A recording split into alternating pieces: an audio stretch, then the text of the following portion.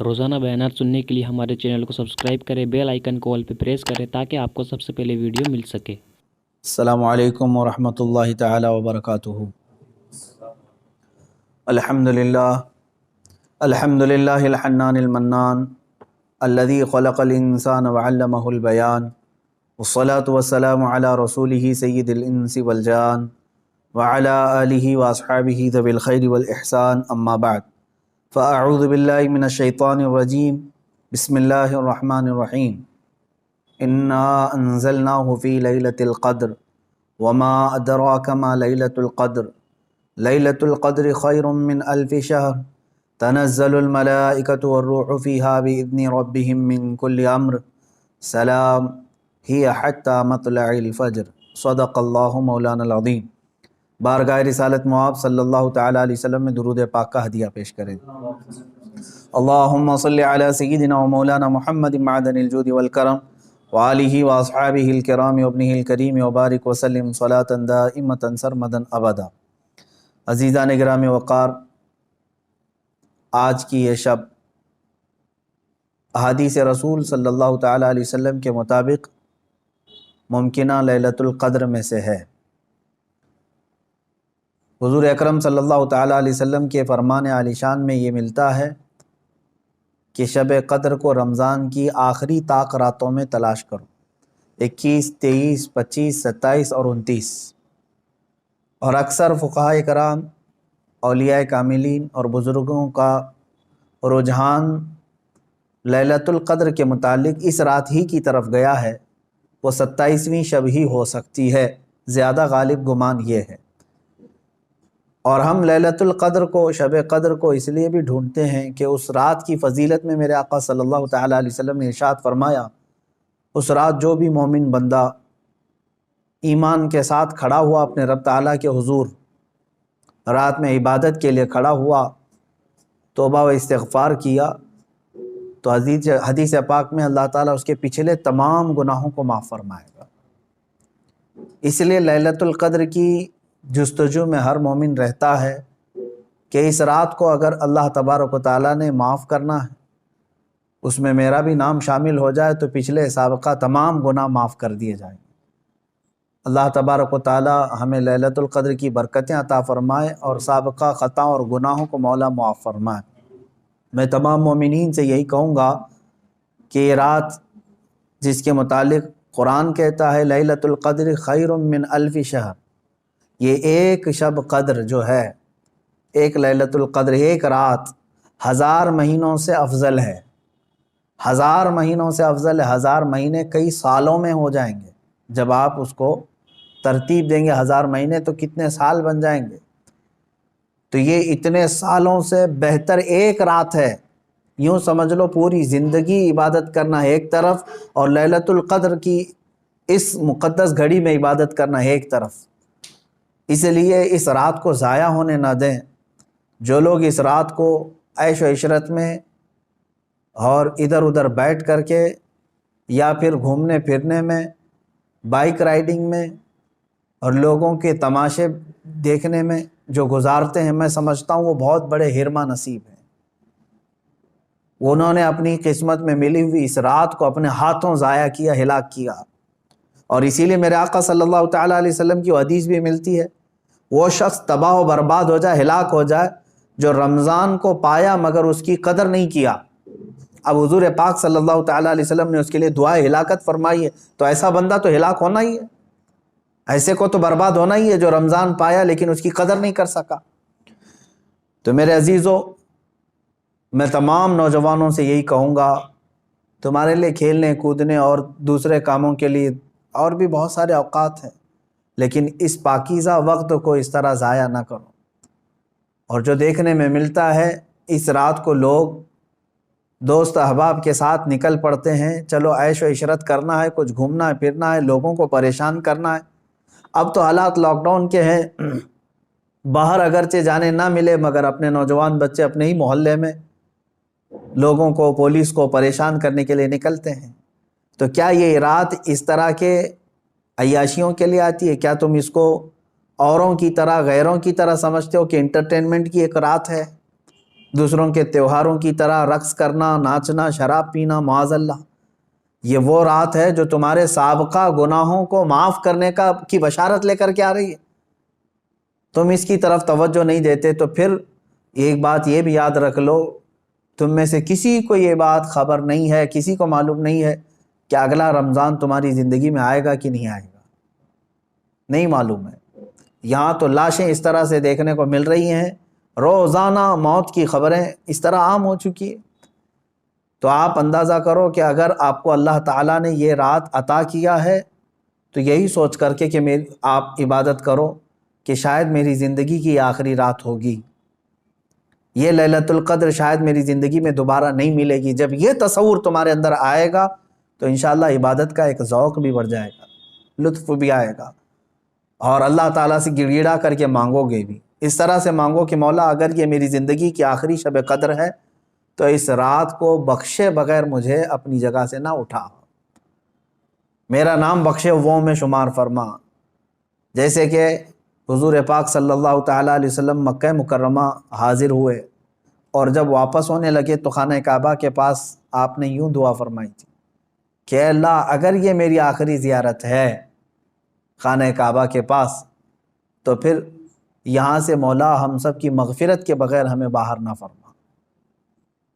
تو اس طرح سے آپ اس رات کو بھی یہ سمجھ کر کے دعا کریں کہ اگر میری زندگی میں اور دوبارہ رمضان آنا نہیں ہے یا لیلۃ القدر آنے کا ہماری زندگی میں کوئی نصیبہ نہیں ہے تو مولا اس رات کو ہی ہمیں معاف فرما دے اور اس کے بعد والی زندگی کو کبیرہ اور صغیرہ گناہوں سے محفوظ فرما دے۔ یہ لیلۃ القدر کے سلسلے میں میرے عزیزوں عبادتوں کا اہتمام کریں، عورتیں اپنے گھروں میں بچوں کو بھی لے کر بچیوں کو بھی لے کر بیٹھیں۔ صرف جاگنا اصل مسئلہ نہیں ہے، بعض لوگ سمجھتے ہیں کہ جاگنا چاہیے، جاگنے کا مطلب موبائل لے کر بیٹھ کر کے جاگنا، یہ فضیلت کی بات ہے۔ جاگنا اس کے لیے افضل ہے جو اپنے آنکھیں قرآن کی تلاوت میں لگا چکا ہو یا اپنے جسم کو رب ذوالجلال کی عبادت میں مصروف کر چکا ہو۔ اور اگر خالی جاگنا اور غیبت کرنا، چغلی کرنا یا واہیات دیکھنا ہے تو میں سمجھتا ہوں اس سے بہتر ہے سو جانا اس آدمی کا، وہ سو جائے گا تو کچھ گناہوں سے بچ جائے گا۔ تو یہ محض گناہ کرنے کے لیے جاگنا یہ افضل نہیں ہے اور نہ ہی اس میں کوئی نیکی کی بات ہے۔ اللہ تبارک و تعالیٰ سب کو اصلاح کی توفیق عطا فرمائے۔ آج میں خصوصیت کے ساتھ اس لیلۃ القدر میں آپ تمام کے سامنے حاضر آیا ہوں ایک درد دل لے کر کہ فلسطین کے مسلمانوں کے ساتھ جو حالات آج پیش آ رہے ہیں یہ نئی بات تو نہیں ہے، پچھلے 70 سالوں سے وہ اس ظلم کو برداشت کر رہے ہیں، لیکن اب حد ہو گئی ہے مسلمانوں۔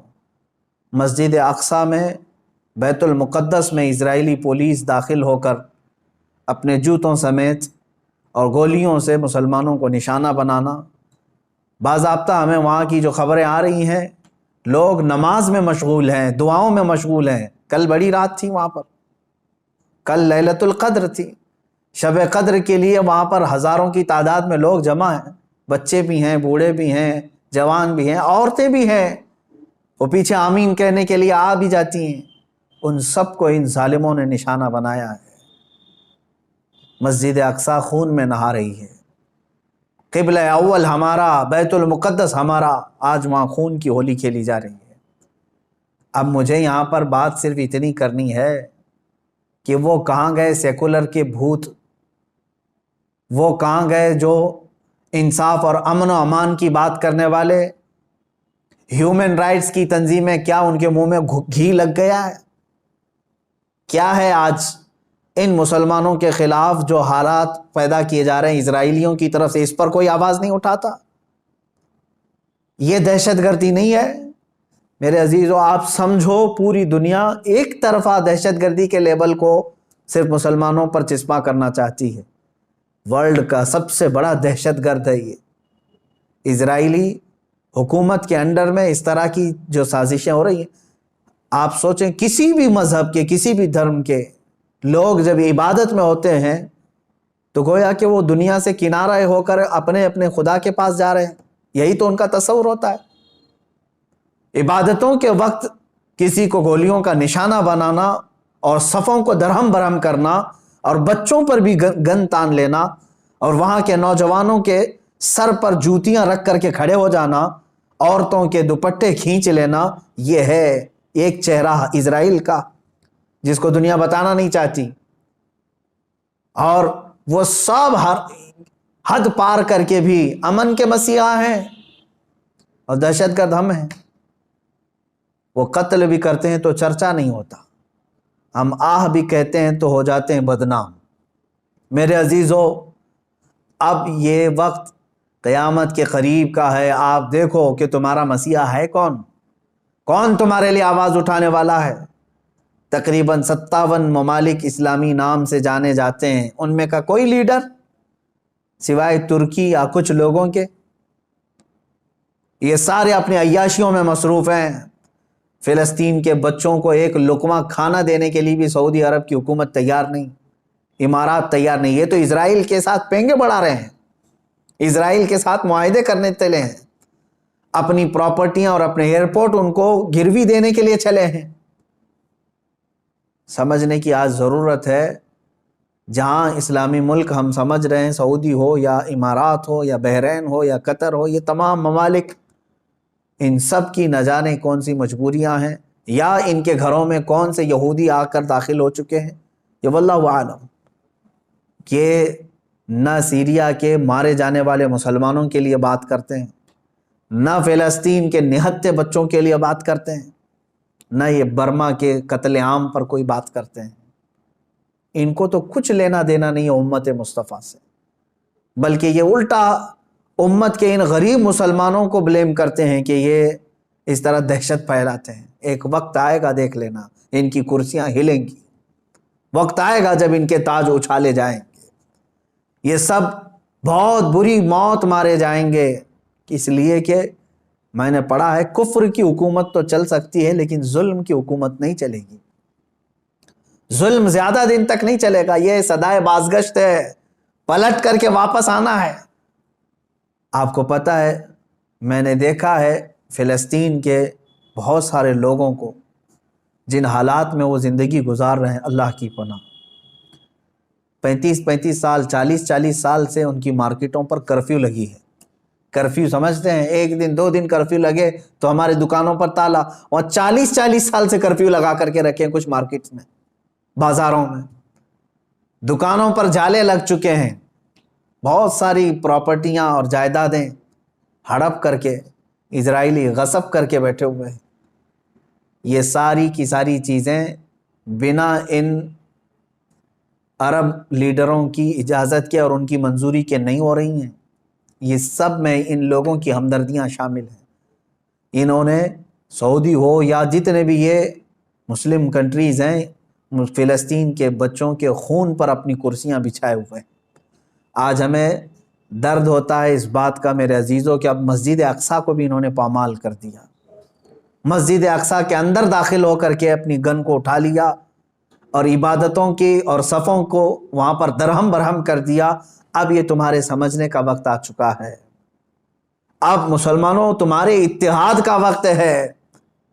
لیکن ہم تو یہاں سے آواز اٹھاتے ہیں، جتنا ہو سکے میں بیدار کرنے کے لیے آواز اٹھاتا ہوں، ورنہ رہ رہ کے 100 زخموں کا خیال آتا ہے، کس زخم پر ہم بات کریں آج۔ اسی لیے وہ حالی کا شعر مجھے یاد آتا ہے، رسول پاک کی طرف مخاطب ہو کر کے حالی نے کہا تھا، اے خاص ہے خاصان رسول وقت دعا ہے، امت پہ تیرے وقت عجب آ کے پڑا ہے۔ آج یہی حال تو ہے امت پر، ایسے حالات کہ ہماری بہنیں بہت چیخ رہی ہیں اپنی عزت کے لٹنے پر، ہماری ماؤں کو بے آبرو کیا جا رہا ہے، لیکن ان کی مدد کے لیے اٹھنے والا کوئی شہسوار نظر نہیں آتا۔ مشرق سے مغرب تک، شمال سے جنوب تک ایک چپی اور ایک خاموشی ہے، ایک ایسا سنسان ماحول ہے کہ سب اپنوں میں اور اپنے آپ میں مست ہیں۔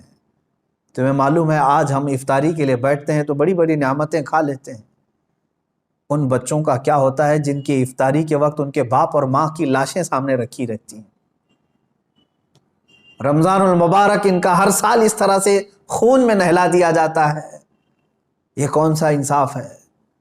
یہ امریکہ جو ہیومن رائٹس کی بات کرتا ہے، دنیا کو انصاف اور جمہوریت دینے کا علم بردار کہلاتا ہے، یہ سب کے سب ان فلسطینیوں کے قتل عام پر خاموشی اختیار کیے ہوں گے۔ کہاں ہے وہ اقوام متحدہ؟ کہاں ہے وہ UN ہے؟ وہاں پر ان چیزوں کی بات نہیں ہوگی۔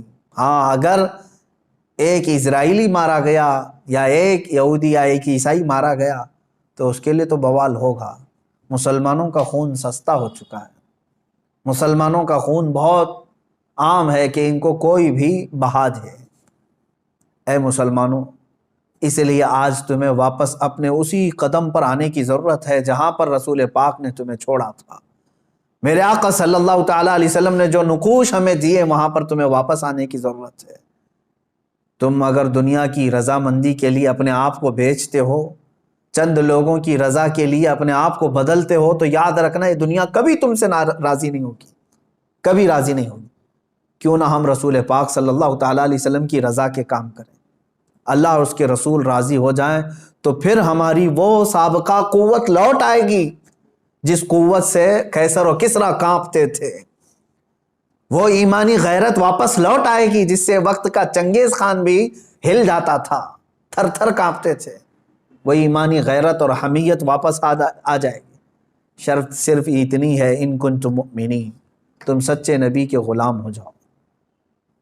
ولا تہینوا ولا تحزنوا وانتم الاعلون، میرے رب کا وعدہ ہے کہ تم غم نہ کرو، پریشان مت ہو، تم بلند ہوگے، لیکن اس کے ساتھ ایک شرط ہے کہ تم نبی کی وفاداری تو کرو، غلامی میں تو آ جاؤ۔ آج فلسطین ہے، اس کے بعد شام ہے، اس کے بعد عراق ہے، اس کے بعد یمن ہے، پھر افغان ہے، برما ہے، یہ سب جگہ مذبح خانہ بنا ہوا ہے۔ جانور بھی اتنے نہیں کاٹے جاتے جتنے وہاں کے انسان کاٹے جاتے ہیں۔ میرے عزیزو، آج کے ان حالات کو دیکھ کر کے مجھے اندازہ ہو رہا ہے اب رب تبارک و تعالیٰ کا یہ قہر ہی تو ہے کورونا۔ جب ظلم بڑھتا ہے تو بلائیں بھی پھیلتی ہیں۔ یہ جتنے ظالم ہیں دیکھ لینا یہ بلاؤں میں گرفتار ہوں گے۔ آج یہ جو حالات پیدا ہوئے ہیں، کثرت سے یہ بیماری کا پھیل جانا اور کثرت سے موتوں کا ہو جانا، آپ کیا سمجھتے ہیں؟ یہ بھی ایک اللہ تعالیٰ کے غضب کی نشانی ہے، یہ اس کے قہر کی نشانی ہے۔ تمہارے پاس لاکھوں کروڑوں بھی ہوں گے، تم بچ نہیں پاؤ گے اس کی پکڑ سے۔ ظلم سے باز آ جاؤ۔ ظلم ایک ایسی چیز ہے جس کو کبھی دنیا نے پسند نہیں کیا، اور ہر ظالم کا انجام بہت سخت ہوا ہے۔ وہ چنگیز خان جس نے لاکھوں کی لاشیں بچھا دی تھی محض گھوڑے پر بیٹھ کر کے، ایک بار اپنے ہاتھ میں کسی چیز کو لے کر کھیل رہا تھا۔ مجھے یاد آتی ہے بات، آج فلسطین کے بچوں کے لیے اب بھی میری امید ہے۔ لوگ یہ کہتے ہوں گے ان کے پاس کچھ نہیں، ارے وہ چھوٹے کنکر اور پتھر سے مقابلہ کر رہے ہیں، سامنے والے پیٹروٹ میزائل لے کر کھڑے۔ اسرائیلیوں کے پاس گن ہیں اور وہ بچوں کی کھوپڑیوں پر لگاتے ہیں، اور دوسری طرف نہتے بچے ہیں۔ لیکن مجھے پھر بھی میرے رب تعالیٰ کی ذات سے یقین ہے، امید نہیں یقین ہے کہ وہ مولا کریم جس وقت حالات بدلتا ہے تو پھر ان یہودیوں کو دیکھ لینا، ان کو سر چھپانے کے لیے نہ کوئی پتھر ملے گا نہ کوئی درخت ملے گا۔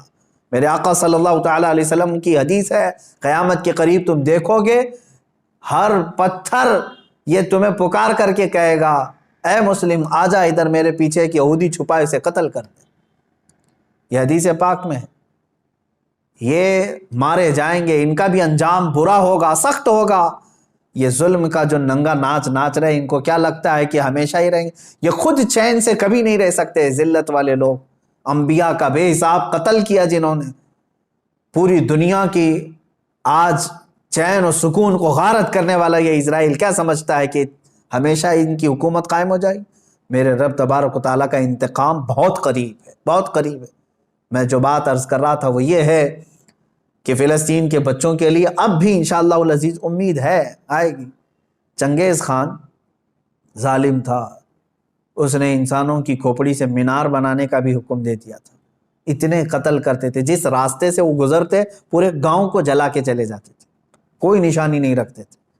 منگولیا کے رہنے والے یہ چنگیز خان نے ایک وقت ایسا آیا کہ تقریباً کئی 100 لوگوں کو، مسلمان بھی تھے اس میں اور دوسرے بھی تھے، قید کر کے لایا اور کھڑا کر دیا۔ قتل عام کا حکم تھا، 3 صفیں لگی ہوئی تھی، اس میں علماء تھے اکثر، ایک بڑی عمر کے بزرگ بھی اس میں کھڑے تھے۔ وہ پہلی صف میں تھے. تو جلاد کو اس نے حکم دیا، چنگیز خان اپنے گھوڑے پر بیٹھا ہوا تھا، حکم دیا کہ قتل کرو. تو پہلی صف کو جب قتل کرنے لگا جلاد، تو بڑی عمر والے جو تھے، وہ ایک بزرگ، وہ دوسری صف میں پیچھے چلے گئے کہ پہلی صف والوں کے سب سر اڑا دیے گئے، سب قتل ہو گئے. چنگیز خان دیکھ رہا تھا کہ ایک بوڑھا پہلی صف سے دوسری صف میں جا رہا ہے، دوسری صف کے قتل کا حکم ہو گیا. تو وہ بوڑھے میاں تیسری صف میں چلے گئے کہ بچ جاؤں کہیں سے. چنگیز یہ چیز دیکھ کر کے ہنس رہا تھا، کہکا مار رہا تھا. دوسری صف کے بھی پورے لوگ قتل ہو گئے. تیسری صف جب بچی تھی، تب چنگیز خان نے اس بوڑھے کو مخاطب کر کے کہا، بڑے میاں یہ آخری ہے، پہلی سے تم دوسری میں آ گئے، دوسری سے تیسری میں آ گئے، میں دیکھ رہا ہوں مسلسل تم کو، اب پیچھے کوئی صف نہیں، آگے میری تلوار ہے، بتاؤ اب کہاں جاؤ گے، اب کون بچائے گا؟ اس بزرگ نے کہا، میرے رب کی ذات سے اب بھی مجھے امید ہے، میرے اللہ سے مجھے اب بھی امید ہے، وہ اگر چاہے تو اب بھی مجھے بچائے گا. کہا کہ اب کوئی صورت ہی نہیں ہے تمہارے بچنے کی. قتل عام کا حکم تھا، تیسری صف کے لوگوں کو قتل کرنے کا آرڈر دیا ہی تھا. اچانک وہ کوئی چیز لے کر کے اپنے ہاتھ میں کھیل رہا تھا چنگیز خان، اس کے ہاتھ سے وہ گر گئی.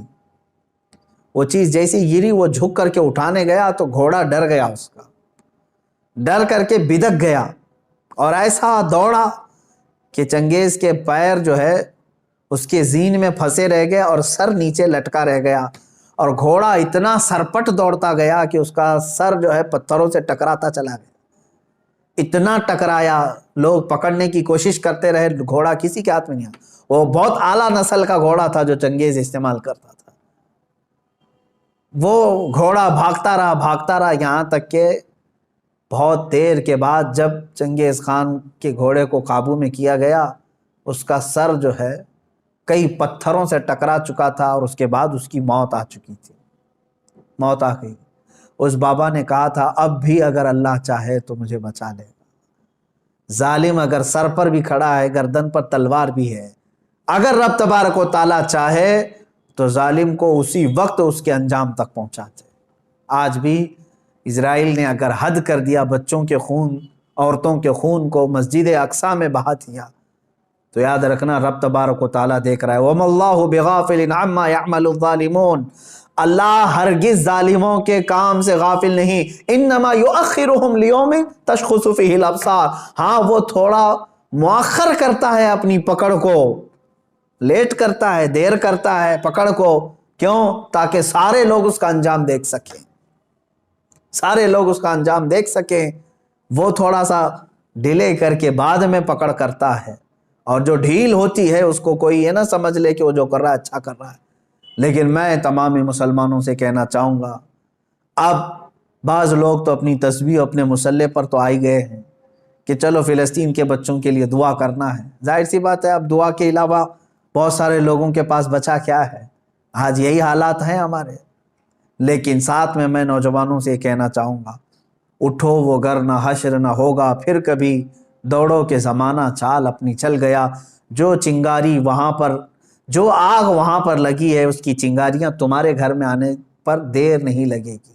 یاد رکھنا، پڑوس کے گھر میں اگر آگ لگی ہے تو چادر تان کر کے سو جانا یہ بیوقوفی ہے کہ اس گھر کی آگ کی چنگاریاں تمہارے گھر کو بھی جلا کر خاک کر سکتی ہیں. یہ تمہیں جگانے کے لیے، بیدار کرنے کے لیے ہے. جہاں جہاں تم ظلم کی یہ تمام داستانیں سن رہے ہو، وہ چنگاریاں تمہارے گھر سے بہت قریب ہیں.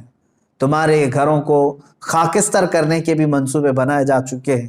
اس لیے ایمان کے ساتھ اور محبت مصطفیٰ کے ساتھ بیدار ہو جاؤ. قوت عشق سے ہر پست کو بالا کر دو، دہر میں نام محمد سے اجالا کر دو. مولا کریم، اے رب رحیم، اے غفور و رحیم مولا، آج کی اس مقدس رات ہم تیرے دربار میں دعا کرتے ہیں. اے رب ذوالجلال، تو رحم اور کرم فرما دے، امت مصطفیٰ پر کرم فرما دے. اے اللہ، تیرے دربار میں ہم ہاتھ پھیلائے ہیں، فلسطین کے نہتے بچوں پر تو رحم فرما دے. اے اللہ، رمضان کا پاکیزہ مہینہ ہے، اے کریم خدا، رمضان میں لوگ روزے سے رہتے ہیں، دن بھر بھوکے رہتے ہیں۔ اے کریم خدا، اسرائیلی یہودی ظالم جنہوں نے ان کی افطاری سے قبل ان کو خون میں نہلا دیا یا ان کے رات کی تراویح میں ان کو خون سے نہلا دیا ہے، مولا تو کریم ہے، تو رؤوف و رحیم ہے، عزیز ذو انتقام ہے، ان ظالموں کو کیفر کردار تک پہنچا دے، ان کو تہس نہس فرما دے، اسلام و سنیت کا بول بالا فرما، کفر و شرک کا منہ کالا فرما، جتنے برے منصوبے اسلام اور مسلمانوں کے خلاف بنائے جاتے ہیں مولا سب کو تو خاک میں ملا دے۔ اے رب ذوالجلال احسن الخالقین، ہم سب کے تمام پچھلے سابقہ گناہوں کو معاف فرما دے، نیک اور اچھی زندگی عطا فرما دے، تیرے حبیب پاک صلی اللہ تعالیٰ علیہ وسلم کی سچی پکی عقیدت و محبت نصیب فرما، لیلۃ القدر کی برکت سے مولا ہم سب کی مغفرت فرما، جتنے لوگوں نے مجھے دعا کی درخواستیں کی ہیں سب کی جائز مرادیں پوری فرما، ہماری ماؤں بہنوں بچیوں بیٹیوں بہوؤں سب کی عزت و آبرو کی حفاظت فرما، جو بے اولاد ہیں انہیں صالح اولاد عطا فرما، جو بے روزگار ہیں انہیں حلال روزیاں عطا فرما، جو مقروض ہیں ان کے قرضوں میں آسانیاں عطا فرما۔ اے رب ذوالجلال، جو جس پریشانی میں مبتلا ہے تو بہتر جانتا ہے، تو علیم و خبیر ہے، مولا سب کی پریشانیوں کو دور فرما دے۔ مولا ہماری نسلوں میں قیامت تک عاشقان مصطفیٰ پیدا فرما، ہماری اولاد کو ہماری نسلوں کو گستاخان رسول سے بچا لے۔ اے رب ذوالجلال، ہماری دعاؤں کو رسول پاک صلی اللہ تعالیٰ علیہ وسلم کے صدقے و توسل قبول فرما۔ وصلی اللہ تعالیٰ علی خیر خلق محمد وآلہ واصحابہ اجمعین، وآخر دعوانا ان الحمد للہ رب العالمین۔ السلام علیکم۔ اگر آپ کو اس ویڈیو سے تھوڑا سا بھی علم حاصل ہوا ہو تو اس ویڈیو کو لائک کر کے ہمارے چینل کو سبسکرائب کر لیجیے تاکہ آپ روزانہ ہمارے بیانات سن سکیں۔